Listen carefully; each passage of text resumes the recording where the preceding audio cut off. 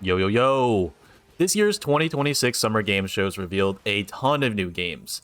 There was pretty much something for every type of gamer, ranging from brand new action-packed Souls-likes to cozy games that are really about starting your own cult. Hey everyone, and welcome to the CT Gaming Lab. In this video, I want to cover 10 games that I think you should be keeping your eye on in the upcoming year.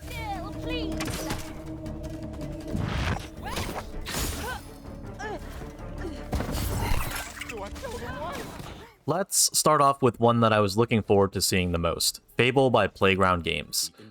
Fable is a modern reboot of the original beloved Fable franchise that's most recent installment was released on the Xbox 360 in 2010.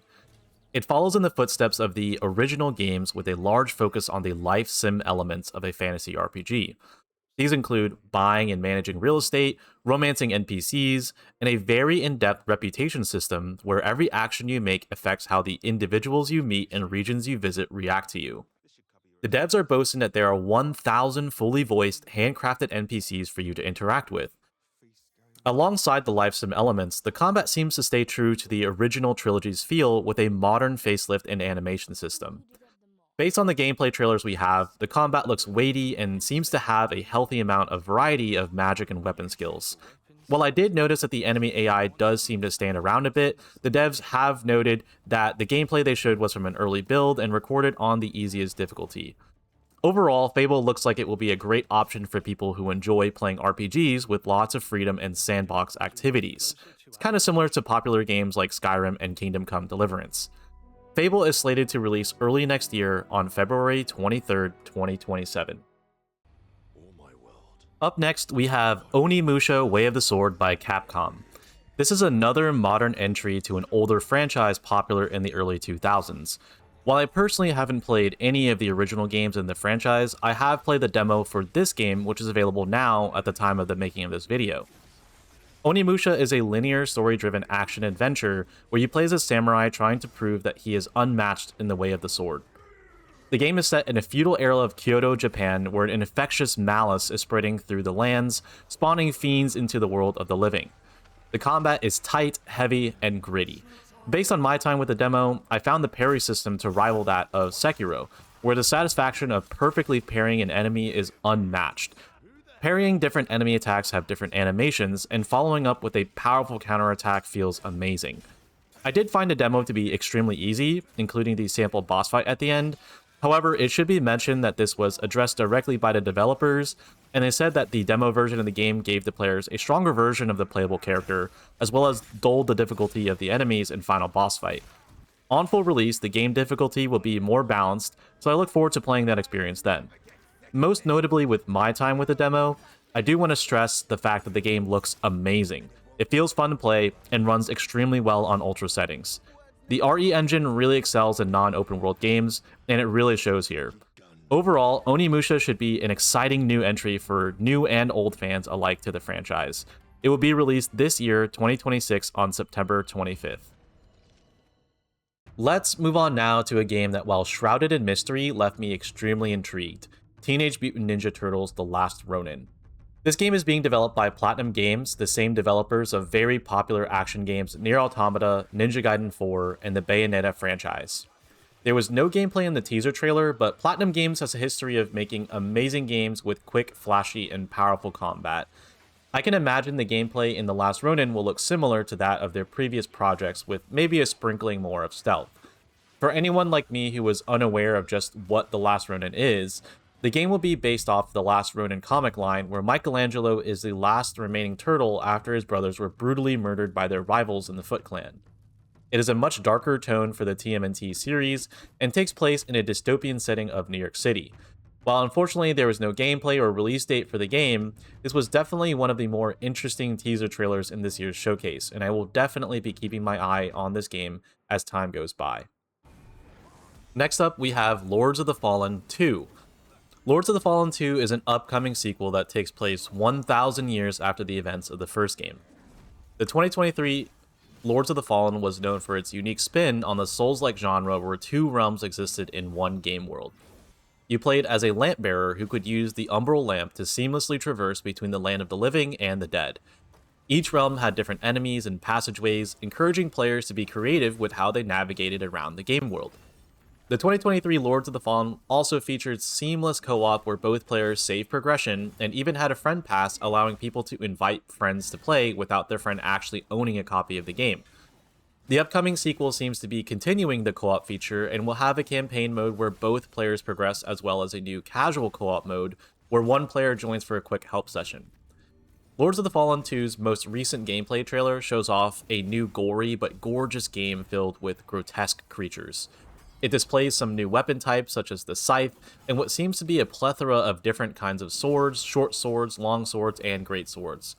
They also showed off what seems to be more unique movesets, combo attacks between different weapons, and an improved magic system. So far, all the footage for Lords of the Fallen 2 seems to point to it being just more Lords of the Fallen 1, which isn't really a bad thing at all. The only wish I have for future trailers would be for maybe a few more story teasers. The first game had a more unique story and setting than many other Souls-likes, and I would love to see more of that in the sequel. Lords of the Fallen 2 is currently slated to release this year in the fall of 2026.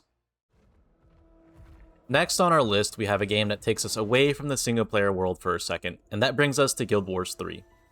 Guild Wars 3 will be an MMORPG by ArenaNet.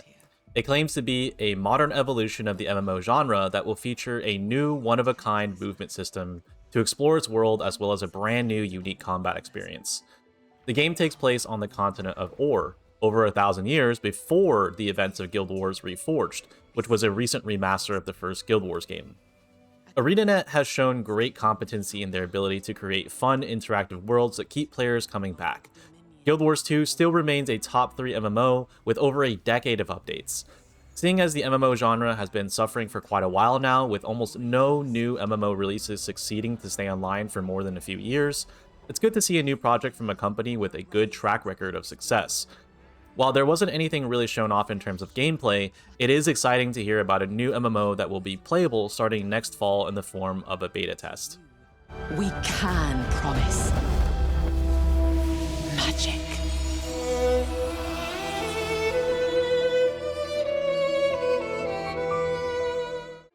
Now, our next mention is technically not a full game on its own.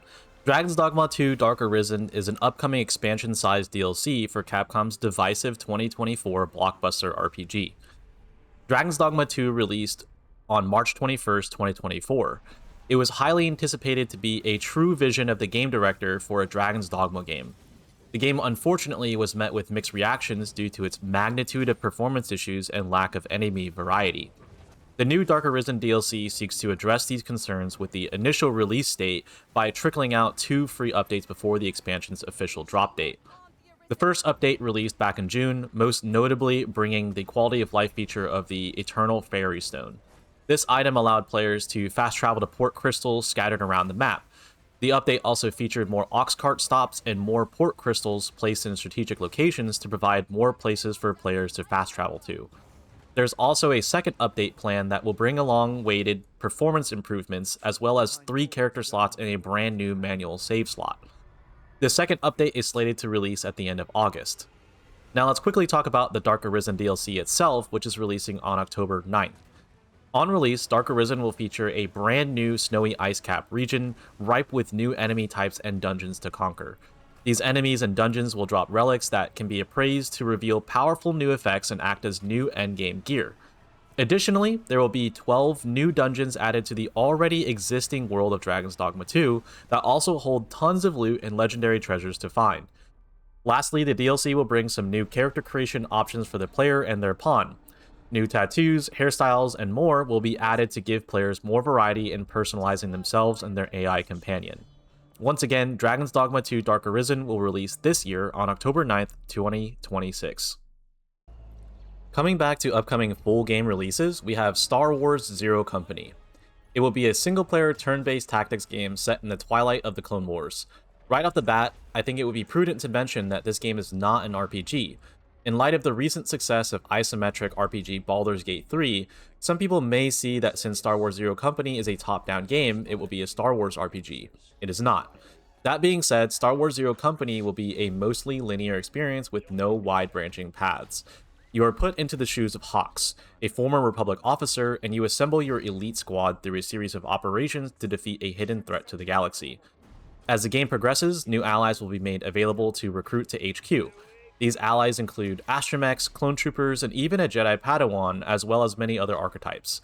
You can assemble up to 20 squad mates at the HQ, and choose to take 4 of them into combat. Some squad mates can die, however, forcing you to recruit new ones to replace them, so careful tactical play is advised if you want to take your whole team to the end. All squad mates can be customized on their looks as well as their weapon loadouts, so there will be a wide variety of builds and team compositions for players to test out and devise new strategies with. Star Wars Zero Company is said to boast a 30 to 40 hour campaign length, as well as offer new customization options to players who complete multiple playthroughs. That being said, Star Wars Zero Company will release soon this year on August 27th, 2026. Next on our list, we have Magicians: The Devil's Deal by Uppercut Games.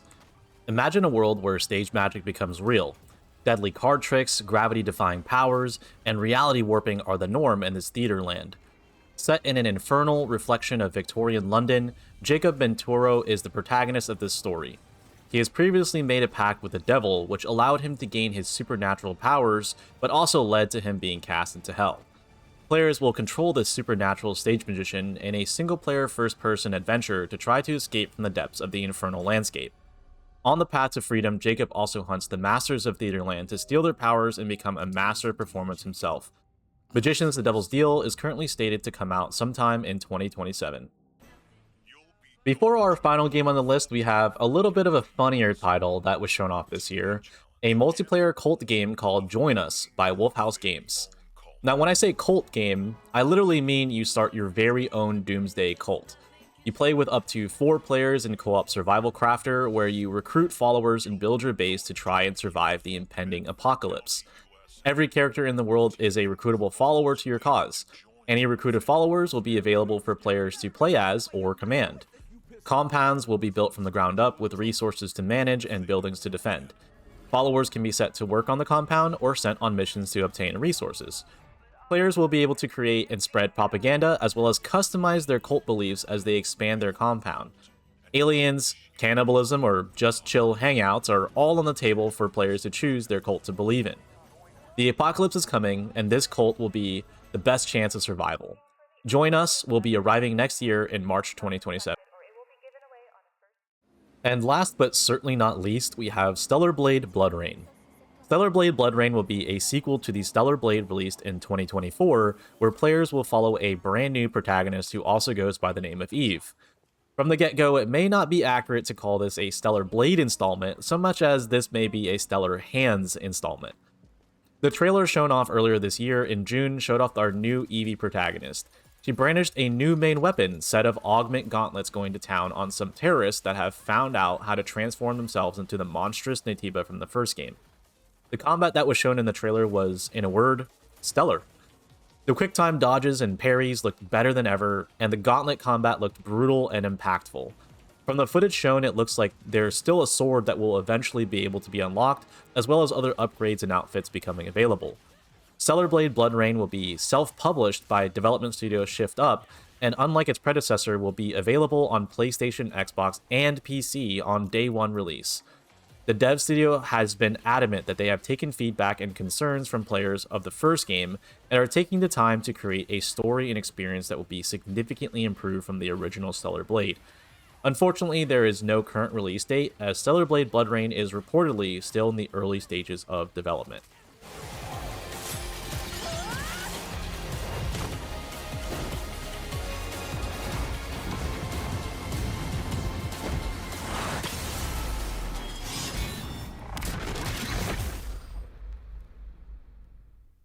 And that brings us to the end of the video. This video was originally going to be way longer, as there are so many upcoming games that were shown off this summer that look amazing. I chose to show off just a handful of them in this video, but please let me know if you would like me to cover any more game showcases, as I still have a bunch more games I'm excited to talk about. I'm definitely looking forward to playing these games and potentially covering them here on the channel. If you enjoyed the video, please feel free to leave a like and subscribe. Thank you so much for watching. Drink some water, stay hydrated, and I will see you all in the next one.